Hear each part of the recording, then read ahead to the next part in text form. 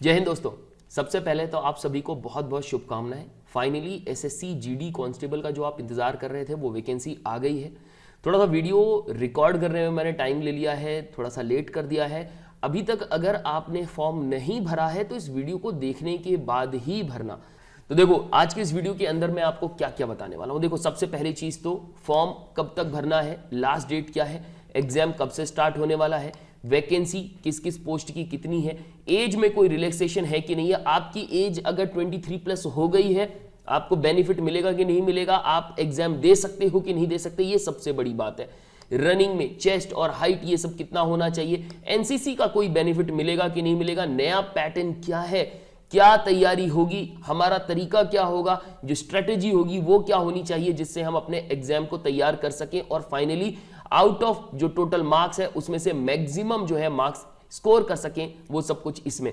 Negative marking है या नहीं है, अगर है तो कितनी है, इसके बाद टोटल टाइम कितना मिलेगा एग्जाम देने के लिए, प्रेफरेंस, ये सबसे बड़ा एक क्वेश्चन है आज की डेट में कि अगर कोई भी अपना एक जवान जो एग्जाम देने जा रहा है, तैयार है भाई, 18 की उम्र हो गई है, अभी उसने 10th पास किया है और इसके बाद जो है वो फॉर्म भरने गया और वो देखता है कि भाई एक लंबी लिस्ट है, अब ये प्रेफरेंस कौन सी भरे, सबसे पहले नंबर पर बीएसएफ भरे या एसएसबी भरे, किसको सबसे पहले नंबर पर भरना चाहिए, ये जो चीज है इसके लिए एक अलग से वीडियो लेकर आऊंगा। इसके जस्ट बाद ही, शायद हो सकता है 2-3 घंटे के बाद ही अपलोड कर दूं, जैसे मैं इसको कंप्लीट करता हूं, इसको देखने के बाद ही, वीडियो को देखने के बाद ही आप जाके फॉर्म भरना। और सेकेंड थिंग, अगर आप भर चुके हो, प्रेफरेंस निकाल लो यार, आपके पास हाथ में आपके फॉर्म होगा, ठीक है, उसमें देख लो जैसा मैंने फॉर्म में, जैसा मैंने यहां बताया क्या उसी प्रेफरेंस में है या आगे पीछे है तो कोई दिक्कत नहीं है, एडिट भी इसको हम कर सकते हैं। और इन सब से हटकर फिर भी हमारी प्रॉब्लम सॉल्व नहीं हो रही है तो क्या हम एसएससी से कांटेक्ट कर सकते हैं? बिल्कुल, वो कांटेक्ट नंबर आज के इस वीडियो के अंदर आपको मिल जाएगा। तो सबसे पहले कि हम एग्जाम के ये जो फॉर्म है कब से कब तक भर सकते हैं। देखो ये जो फॉर्म स्टार्ट हो गए थे 27 तारीख से 27 अक्टूबर से, आप इसको 30 नवंबर तक भर सकते हो, लेकिन लास्ट डेट का वेट नहीं करना।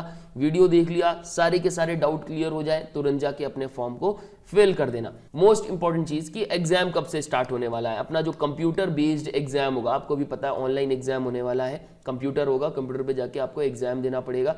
तो ये कब स्टार्ट होने वाला, तो यहां पर इन्होंने पर्टिकुलर डेट नहीं बताई। देखो अकेला मैं नहीं हूं जो ये नहीं कह सकता कि एग्जाम कब से स्टार्ट होगा। देखो जितने भी आपको टीचर मिलेंगे सबके सब यही बोलेंगे जनवरी में स्टार्ट हो रहा है, लेकिन पर्टिकुलर कोई डेट नहीं बताएगा। और क्योंकि बहुत सारे लोग एग्जाम दे रहे होंगे तो हो सकता है कि जनवरी, पूरी की पूरी जनवरी निकल जाए इसी एग्जाम के अंदर।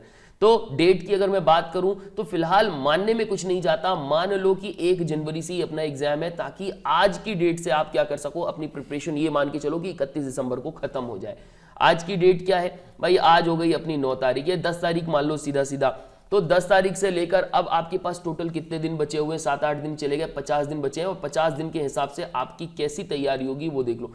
पूरा जितना भी हो सकता है रिवीजन पर फोकस करो, सब्जेक्ट्स क्या होंगे उसके बारे में भी आपको आगे बताने वाला हूं। चलिए अब बढ़ते हैं, कौन कौन से फोर्स के लिए कितनी कितनी वैकेंसी। देखो सबसे ज्यादा अंडरस्टूड है ये तो कि बीएसएफ के लिए सबसे ज्यादा जो है वैकेंसी होगी, 10,497 जो है इसकी पोस्ट है।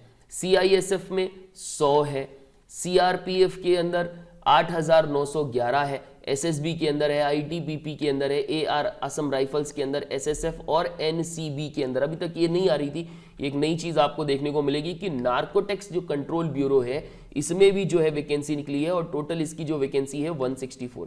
यहां पर अभी भी मैं आपसे बोल रहा हूं इसकी प्रेफरेंस भरते हैं जो अपने नए बच्चे हैं, जिन्हें नहीं पता है, अपने जो मित्रगण हैं जिन्हें जानकारी नहीं है कि किसको सबसे पहले नंबर पर रखें, बीएसएफ को पहले नंबर पर रखें, सीआईएसएफ को पहले नंबर पर रखें, इनके बारे में कोई जानकारी नहीं है।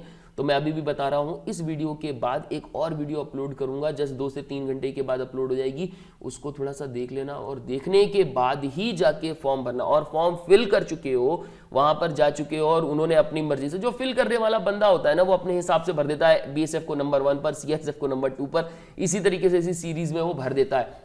तो अगर आप कर चुके हो तो जाके उसको एडिट करवा लेना अपने अकॉर्डिंग। चलो क्या क्या नाम है इसका, बीएसएफ बॉर्डर सिक्योरिटी फोर्स है, CISF central industrial security force है, CRPF central reserve police force है, एसएसबी सशस्त्र सीमा बल है, ITBP Indo Tibetan border police है, एआर असम राइफल्स है, एसएसएफ सेक्रेटरीट सिक्योरिटी फोर्स है, और एनसीबी के बारे में बता दिया। और बहुत ज्यादा अभी कुछ समय पहले चल रहा था, आपको पता है शाहरुख खान के जो बेटे हैं उनको जो है इन्होंने ही, एनसीबी वालों ने, नारकोटिक्स कंट्रोल ब्यूरो ने ही उनको पकड़ा था।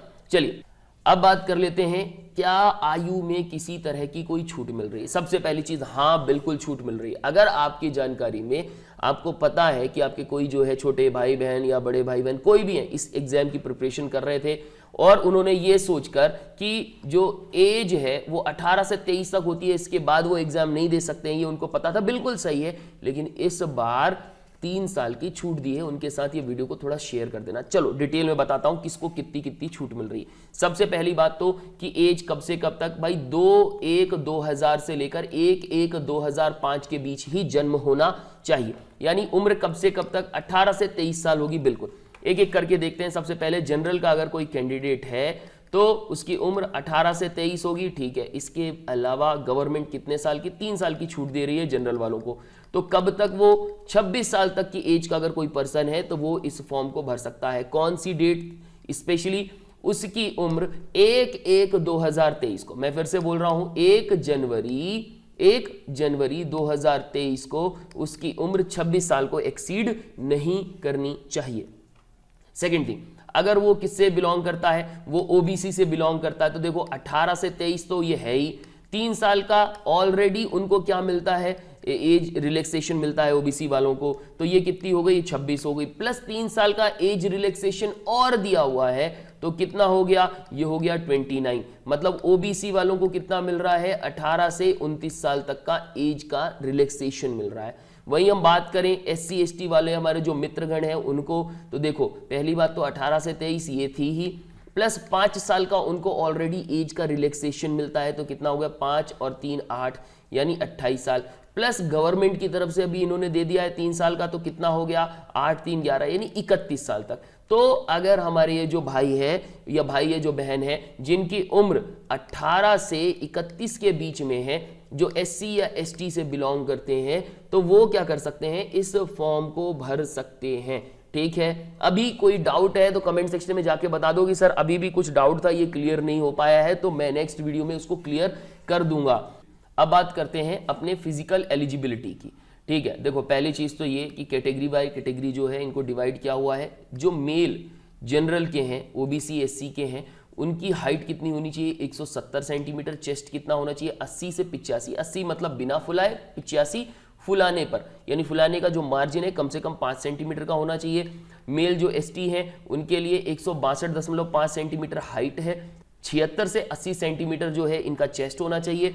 इसके अलावा फीमेल जनरल ओबीसी एससी में अगर हम देखें तो हाइट मिनिमम चाहिए 157 सेंटीमीटर, और फीमेल जो एसटी हैं उनके लिए 150 सेंटीमीटर। मोस्ट इंपॉर्टेंट चीज ये ध्यान रखना कि ये जो रनिंग, अच्छा यहाँ पे चेस्ट फीमेल्स के लिए एलिजिबल नहीं होता है ना, एप्लीकेबल नहीं होता है। इसके बाद हम बात कर रहे हैं रनिंग की, तो यहाँ पे ध्यान रखना, रनिंग को लेकर अगर कोई कंफ्यूजन है तो क्लियर कर लो भैया। जो भी मेल कैंडिडेट है, चाहे वो जनरल से बिलोंग करते हो, ओबीसी एससी या एसटी से बिलोंग करते हो, उनको 5 किलोमीटर 24 मिनट में कंप्लीट करनी है। और वहीं जो हमारी जो बहनें हैं जो जनरल से, ओबीसी एससी एसटी किसी से भी बिलोंग करती हैं, उनको 1600 मीटर 8.5 मिनट में कंप्लीट करना है। ठीक है, अब यहां पर एक और क्वेश्चन कि सर मेरे पास जो है एनसीसी का सर्टिफिकेट है, कौन सा सर्टिफिकेट है, देखो तो यहां ध्यान रखना, अगर आपके पास ए सर्टिफिकेट है तो आपको 2% का जो है क्या मिलेगा, मैक्सिमम मार्क्स का 2% मिल जाएगा, इनिशिएटिव बोनस मार्क्स मिलेगा। बी सर्टिफिकेट है तो 3% और सी है तो 5%। सर तो टोटल मार्क्स कितना है, देखो टोटल मार्क्स का ही परसेंट मिलेगा, तो मैं अभी आपको सिर्फ बता रहा हूं कि टोटल मार्क्स 160 है। जी हाँ, नए पैटर्न के अकॉर्डिंग जो टोटल मार्क्स है वो 160 है। जो सी सर्टिफिकेट वाला होगा उसको 5% यानी 5% आप इसका निकालोगे तो कितना निकलेगा, ये हो जाएगा 10 से 10, 16 पंचे 80, या 5 दूनी 10 से काटोगे तो यानी 8 नंबर का बेनिफिट मिलेगा सी सर्टिफिकेट वालों को।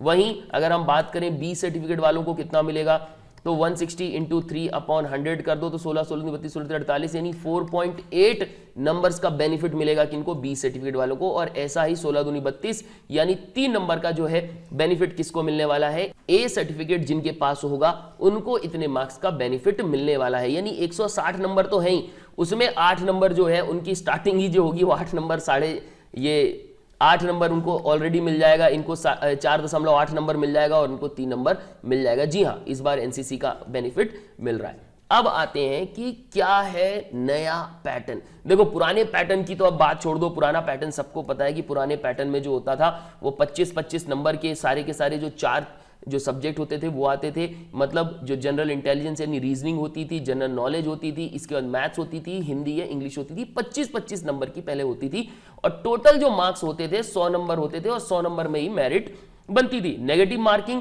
जस्ट क्या होती थी, 1/4 होती थी। नेगेटिव मार्किंग कितनी होती थी, 1/4 यानी 0.25 हुआ करती थी।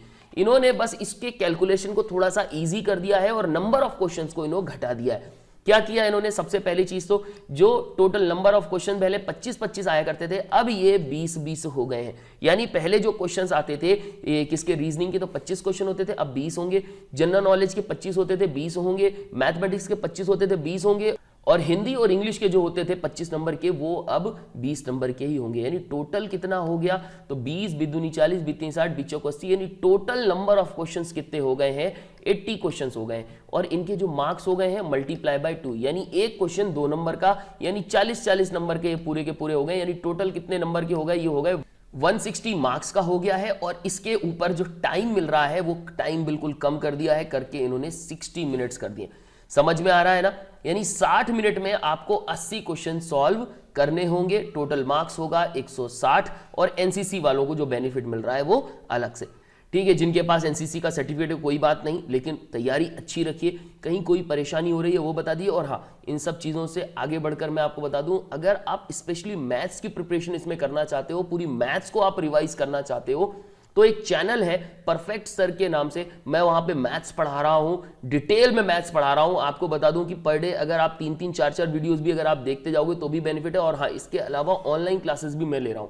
अगर आप चाह रहे हो कि मैं पेपर वगैरह सॉल्व करा दूं, उसमें तो देखो मैं पेपर तो करा ही रहा हूं उसमें सॉल्व, स्पेशली जो आपके एसएससी जीडी की जो इसी पैटर्न पे जो बेस्ड क्वेश्चंस हैं, इसी पैटर्न पे जो बेस्ड पेपर है, उसको सॉल्व करा रहा हूं। तो बहुत हद तक आपकी मदद हो जाएगी।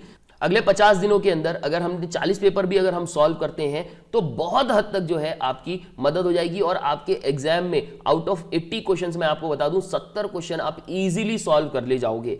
और बहुत ज्यादा बड़ी चीज नहीं है, मैं आपको बता दूं इस एसएससी जीडी के अगर मैं मैथ्स की बात करूं तो आपको बता दूं कि आउट ऑफ 20 इजीली आपको 20 में से 20 या 20 में से 19 क्वेश्चन मैं आपको दिला सकता हूं। ठीक है, तो चलिए आगे मैं आपको बता देता हूं कि रीजनिंग की तैयारी कहां से करनी है। तो देखो रीजनिंग जो होगी, अच्छा इसका जो लेवल होगा वो 10th बेस ही होने वाला है, तो बहुत ज्यादा टफ क्वेश्चंस नहीं होंगे। अगर आपने इसके पिछले 10 साल के पेपर भी अगर आपने सॉल्व कर रखे हैं तो बहुत ईजी हो जाएगा। लेकिन फिलहाल जो अगले 50 दिन है, फोकस सिर्फ और सिर्फ किस पे करना है, सब्जेक्ट वाइज करना है। जीके को थोड़े दिनों के लिए रोक देना, अगर आप कर रहे हो थोड़ा थोड़ा पढ़ रहे हो चल जाएगा, लेकिन सबसे पहले मेन फोकस किसके ऊपर करना है, सबसे पहले मैथ्स के ऊपर फोकस करेंगे। सेकंड नंबर आपका रीजनिंग है, थर्ड नंबर पर फोकस, मतलब ये जो 3 सब्जेक्ट हैं इन्हीं के ऊपर आपको सबसे ज्यादा फोकस करना है, क्योंकि 20-20 नंबर में आप आराम से 19-19 नंबर इसमें आप ला सकते हो। और रीजनिंग की बात करूं, रीजनिंग तो ऐसी है कि 20 में से आप 20 भी ले आओगे। ठीक है, वही हिंदी और इंग्लिश दोनों में से जो भी आप चूज करते हो, इसमें भी आप आराम से 18, 19 या 20 नंबर आप लेकर आ सकते हो। मैथ्स का तो मैंने आपको बता ही दिया, बहुत आसान होगा आपके लिए, 20 में से 20 लाना बहुत बड़ी बात नहीं है। हाँ, रहती है बात आपकी एक इसकी कि जनरल नॉलेज हो गया, जनरल अवेयरनेस हो गया। तो देखो मैं आपको बता दूं कि 20 में से अगर आप 15 नंबर भी ले आते हो तो बहुत बड़ी बात है। 5 क्वेश्चन तो किसी से भी नहीं बनते, अगर आप पूरी तरह से भी अगर आप तैयारी करके जाते हो तो 20 में से 20 लाना बहुत बड़ी बात हो जाती है। 20 में से 20 नहीं आएगा, 5 ऐसे क्वेश्चन तो मिलेंगे आपको जो नहीं बनते हैं सभी से। ठीक है, तो कोशिश करो कि ऐसे चैप्टर्स, ऐसे सब्जेक्ट के ऊपर फोकस करो जो आपसे बनते हैं और उनको रिवाइज कर लो। स्पेशली सबसे पहले नंबर पर रीजनिंग, दूसरे नंबर पर मैथ्स और तीसरे नंबर पर जो आपका सब्जेक्ट है हिंदी या इंग्लिश, जो भी आपने चूज किया हुआ है। नेगेटिव मार्किंग की बात करें तो देखो नेगेटिव मार्किंग यहां पर कितनी है, 0.50, यानी 2 नंबर का कितना, 1/4, मतलब वो है उतना ही, मतलब 1/4 ही है। तो 2 नंबर का 1/4 कितना होता है, 0.50, यानी कि आधा नंबर का जो है नेगेटिव मार्किंग है। फोकस करें कि ज्यादा ज्यादा अपने मार्क्स जो है करेक्ट हो। और ये कैसे सही हो सकता है, कैसे हम ज्यादा ज्यादा मार्क्स को करेक्ट कर सकते हैं। तो देखो सबसे पहली चीज तो ये कि बहुत सारे ऐसे जो है आपको ऑनलाइन बेस्ड आपको टेक्स्ट सीरीज वगैरह मिल जाएंगी जिसमें आप इजीली प्रिपरेशन कर सकते हो। तो पहली बात तो उसमें करो। और दूसरा मैंने आपको बता ही दिया कि मैं आपके लिए मैथ्स के लिए स्पेशली जो है पिछले 10 साल के पेपर लेकर आऊंगा, उसी में आपके पिछले पेपर्स और जो नए पेपर के ऊपर बेस्ड जो है क्वेश्चंस मैं आपको कराने वाला हूं। आपके सामने ये जो दिख रहा है ये आपका सिलेबस है, किसका, रीजनिंग का, जनरल अवेयरनेस का, एलिमेंट्री मैथमेटिक्स की बात करें तो जितने भी टाइप्स के क्वेश्चंस हैं सारे के सारे क्वेश्चंस मैं बहुत इजी और फ्रैंक वे में कराऊंगा कि आपको वो चीज याद हो जाए। और आपकी जो जनरल हिंदी और इंग्लिश होगी वो आपकी 10th बेसिस पे ही होने वाली है, बहुत ज्यादा जो है टफ नहीं होगी। बाकी ये मैंने आपको बता दिया, परफेक्ट सर नाम से जो है एक चैनल है, वहां पर जाइए, इसको सब्सक्राइब कर लीजिए। बाकी कमेंट सेक्शन में जाके आप बता सकते हैं कि हाँ सर मैं पेपर जो है सॉल्व करना चाहता हूं तो उसके लिए मैं क्या करूं, तो कमेंट सेक्शन में फिर मैं आपसे कॉन्टैक्ट नंबर जो है मैं आपको दे दूंगा।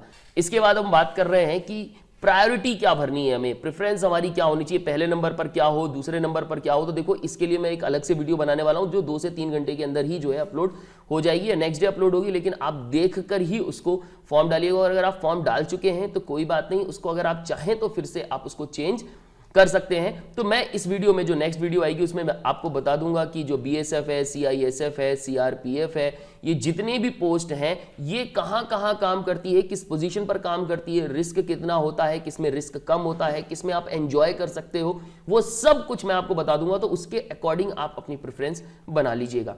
बाकी यहां पर वीडियो के एंड में मैं आपको बता रहा हूं कि ये कॉन्टैक्ट नंबर है उन रीजनल हेल्पलाइन नंबर्स की जो क्लैरिफाई करेंगे आपके किसी भी तरीके को, कोई भी डाउट है, कोई एप्लीकेशन बेस्ड आपकी कोई प्रॉब्लम है, एग्जामिनेशन से रिलेटेड कोई क्यूरी है, आप यहां पर जाके पूछ सकते हो। ये एसएससी का ही अपना उन्होंने हेल्पलाइन स्टार्ट किया हुआ है। वीडियो के एंड में मैं आपसे सिर्फ यही कहूंगा कि अगर वीडियो आपको अच्छी लगी है आप लाइक जरूर कर दीजिए। आपके अगर जो प्रॉब्लम का सोल्यूशन इसमें मिल गया है तो दोस्तों के साथ शेयर जरूर कर देना। और मोस्ट इंपॉर्टेंट ऐसे कैंडिडेट्स जिन्होंने प्रिपरेशन की लेकिन उनको लग रहा है कि अभी उनको जो है उनका जो एज है वो निकल गई है, एज रिलैक्सेशन के बारे में उनको जानकारी नहीं है, तो आपको करना यह है कि उनके साथ शेयर जरूर कर देना। एटलीस्ट ये होगा कि 30 नवंबर से पहले पहले वो फॉर्म को फिल कर देंगे। तो बस आपके भविष्य की शुभकामनाओं के साथ मैं इस वीडियो को यहीं एंड करता हूं। गुड डे, गुड बाय, जय हिंद।